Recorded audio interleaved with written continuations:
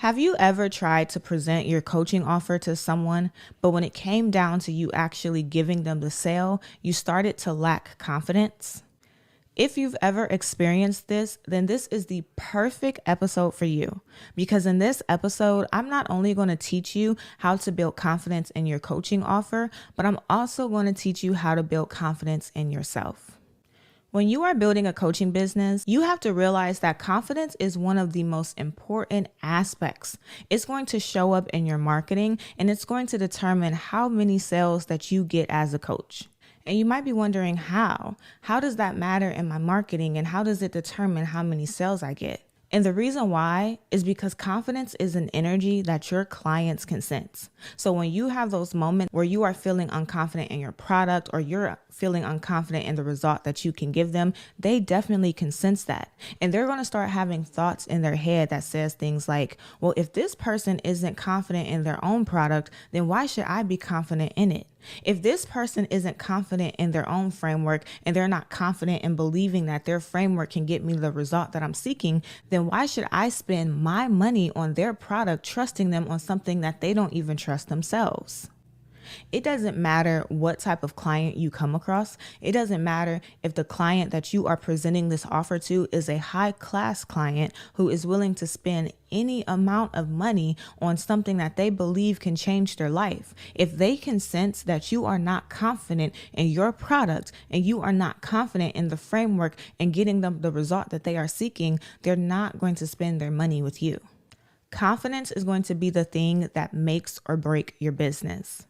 And so what I want to do is I first want to talk about a few signs to tell if you are not a confident person. And the reason why is because some people do have coaching businesses, and you are selling offers, and you're not making sales, and you genuinely do not understand why. You genuinely do not understand that the problem is that you are not confident in yourself, nor are you confident in your offers. So if you fall into these categories, then you might have that eye-opener moment where you realize, oh wow, maybe I am struggling with confidence in my business. And maybe if I do take the initiative to change, then I might start making sales. So the first sign is that when you are presenting your offer to your client, and you get to the point where you have to tell them how much your offer costs, you start over explaining and trying to justify the price. It does not matter if you are selling something super cheap at $20, or if you are selling something super high at $20,000, you always feel the need to explain to someone why you are selling this product at this price point. And so once you start over explaining your price, what you are unintentionally doing is planting doubt inside your client's mind. So they'll be saying things to themselves like, well, if it's really worth $2,000, why do you feel the need to explain that to me? I felt like it was worth it once you told me the value. I felt like it was worth it once you told me the result. But now I'm questioning if you can really get me that result, because why are you trying to justify to me why I should be paying that much or paying you that much in order to achieve that? What you have to realize when you are the type of coach who likes to justify your prices is that the only justification that you need is the value and the result that you are bringing the client. Your price point does not matter. The only thing that matters is, number one, what is the result? And number two, is this result something that your client is currently seeking? If the answer is yes to both of those questions, there's no other justification for your price. Your client, your high-class client, will pay whatever it takes to get that result, and they do not care about the price point that you are selling at. The second sign that shows that you might not be a confident coach is that you struggle to believe that your product is worth it. And this is another way that you kind of don't really see unless you dig a little deeper. So a way to know that you feel like your product isn't worth it is once you actually create that product, instead of launching it, you keep revamping the product. So what I mean by that is, let's say you did a course and you finished that course. You finished all the material, you got your domain for it, you published it, made your sales page, it's live right now. But instead of going out and selling that course to your clients, you're sitting there looking at the course, you're looking at the material, you're looking at what you have in it, you're looking at the times of the lessons, and you see that you have a lesson that's only 5 minutes and you feel like every lesson should be 40 minutes, and you're starting to question, is this worth the price that I'm selling it at? So what you'll do is you'll keep adding stuff to it. You'll keep trying to find things like more lessons and more workbooks and more features and more bonuses to add to this course instead of presenting it as is to your client.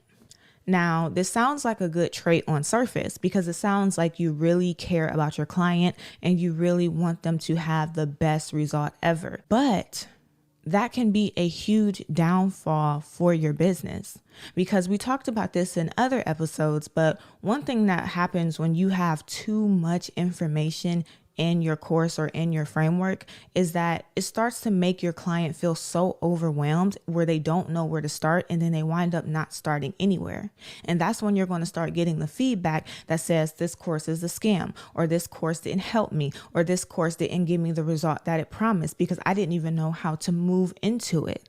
Sometimes, even though your framework might be simple, or you might not have 50 lessons and 20 workbooks and all these different bonuses, sometimes that is the best thing, because what makes a framework good is a framework that is clear. It's clear, it's easy, and it's something that's not overwhelming me where I don't even know where to start. And so this struggle is going to make it very difficult for you to make sales and also make it very difficult for you to keep sales. Now, the reason why it's going to make it very difficult for you to make sales is because since you felt like you needed to add all of these lessons and all of these workbooks and all of these bonuses inside your framework in order to make it worth the price, you're going to start selling your clients on the features. You're going to start telling them things like, well, yeah, my coaching program, it has 20 lessons and we're going to be doing this for a whole year. You're going to have weekly calls with me for a whole year, and you're going to be talking to them about the features versus the value that they are actively looking for and the result that they want to achieve, which will make many people turn away from you. Now, you may have some who still want to work with you, but remember what I said. I said that this is going to make it difficult for you to make sales, but also keep sales. So for the people who actually choose to work with you, they're going to get into your program. They're going to feel overwhelmed, and you only have one time to make a good impression, right? So once they get into this and they realize that this is the experience that they have working with you as a coach, they're never going to want to come back. So I hope that this helps you understand why you don't want to operate as an unconfident coach. But you know that I can't just leave you with that. I have to teach you how to start building confidence in yourself and in your offers today.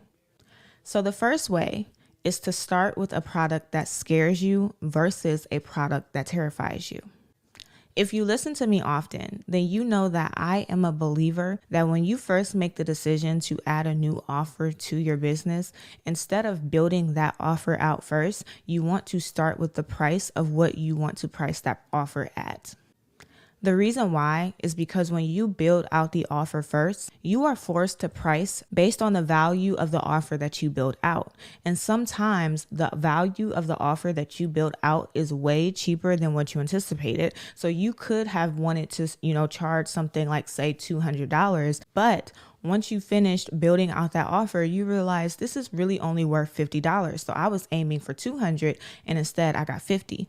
However, when you start with the price and you say, hey, I want to build this out for $200 or I want to build this out for $2,500, you kind of force your mind to only add things into that program that align with that price point. So you are able to build higher value for your clients while getting charged what you truly desire to make. And so one thing that I always challenge people to do is to start with a price that scares you. And this is going to look different for everyone, especially depending upon what type of coach you are. You have to realize that there's going to be a price that scares you, and then there's going to be a price that terrifies you. And those numbers are not going to look the same for everyone. If you have always been operating as a generous coach, meaning you are the type of coach who gives everything away for free, you never had a paid product before, then selling something for $200 might be a price that scares you, but then selling something for $2,000 might be a price that terrifies you. But if you are a comfortable coach where you sell let's say $2,000 coaching programs or $5,000 masterminds. Selling something for $12,000 might scare you, but then selling something for $35,000 might terrify you. So this number is going to look different for everyone. So what I want you to do is I want you to think about the number that scares you, not the number that terrifies you. And the reason why is because it's already going to be hard enough for you to have confidence to build out an offer on the number that scares you. And if you try to start with the number that terrifies you, you probably will not actually go through with the offer. Now, the reason why I want you to build out a program on the number that scares you is because once you start forcing yourself to move in that area and you start forcing yourself to sell that program and you get your first sale and you realize that people were actually willing to pay you that price in order to work with you, it's going to start building your confidence inside.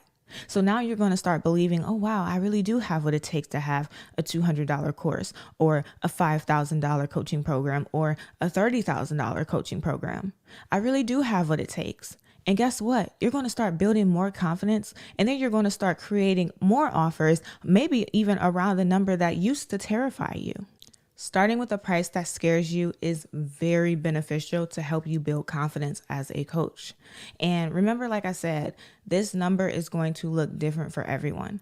So if you are the type of coach where you are just starting out and maybe any type of pricing scares you, or maybe you've been operating as a generous coach where you've been giving all your information away for free, you've been on YouTube videos, you've been making podcast episodes, you've been on Facebook or Instagram or TikTok live, just giving, but never actually charging a price for your worth, I will give you the same advice that I did when I was in your position. So this is actually my second podcast. My first podcast was a faith-based podcast that taught people about God. And I spent all my time just giving on this podcast. And I never actually sold an offer. So when I first started, I started with creating a journal and I sold that journal at $35. Now, if you feel like I don't really know what to teach people or what offer to create, you could start with a journal. And I actually do help you do this. I have a program called Journal Mastery Academy that teaches you how to create a framework in your journal, how to create your journal to sell on Amazon KDP, and also how to create your journal to sell it passively, independently through your own website. And so if that's something that you are interested in as being your first product, click the link in the description next to Journal Mastery Academy to learn more information about that. But moving on, let's go to the second way to build confidence as a coach. So the second way to build confidence as a coach is to create an offer that feels like it was handpicked and made specifically for your client. Now, the reason why I wanted you to do this is because think back to the signs of you being an unconfident coach. Sign number 2 was that you always feel like you need to over deliver to make your product worth it for your clients. But that's not the best way to do it. Adding 20 additional lessons and 10 more workbooks is not the best way to over deliver for your client. The best way to over deliver for your client is actually listening to your client and understanding what they need and what they don't like, especially about the method of delivery that you are choosing to deliver your framework to them. So what do I mean by that?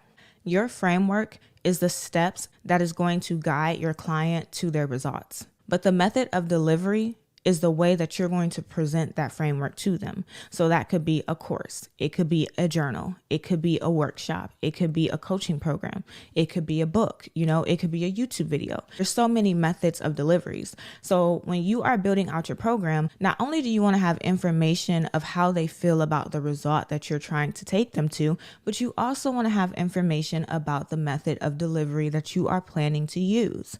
So for example, if you get on social media, especially like TikTok, you will see that a lot of people hate online courses. They feel like a lot of them are scams. They feel like it's just general information and it doesn't really help you. And so if you were planning to use an online course as your method of delivery, then you can either A, tweak it to something else that would be more appealing to your client, or B, dig deeper with your client to figure out what is it about an online course that makes them feel like it's a scam, or what is it about an online course that makes them feel like, it's general information and it doesn't bring a result. And then start doing the opposite in your course to make it more appealing to them. This is what's going to make you confident. The reason why you are not confident is because you are not depending upon your potential clients when building out your framework. You're trying to guess what you think they need, and you're trying to guess what you think will make them happy. But when you actually listen to them, you actually communicate with them, you actually observe them, then you don't have to do the guesswork. Your confidence is going to be built because you already know that what you are building is something that they truly want. Confidence is not something that you earn. It's something that you decide. The moment that you stop waiting for proof and you start taking initiative to get it, your life and the way that you feel about your business and also about your offers is going to change. And so that is all that I have for you today. Before we go, I do have an action step that I want to give you. So sometime this week, I want you to take one bold step that's going to help you build confidence as a coach. And if you don't know what bold step to take, then I want you to take the step of starting with a price that scares you. If you have a current offer, you can look at it and ask yourself, how can I readjust this offer to make it the price that scares me? Or if you don't have an offer, you can start with building an offer at that price point. But no matter which lane you choose, whether you choose to adjust a current offer at that price point or start building an actual offer from the ground up at that price point, I want you to take the initiative to do that today. But that is all that I have for you today. I hope that you enjoyed this episode. If you did, leave me a comment and let me know how this has helped you, and I will see you next week.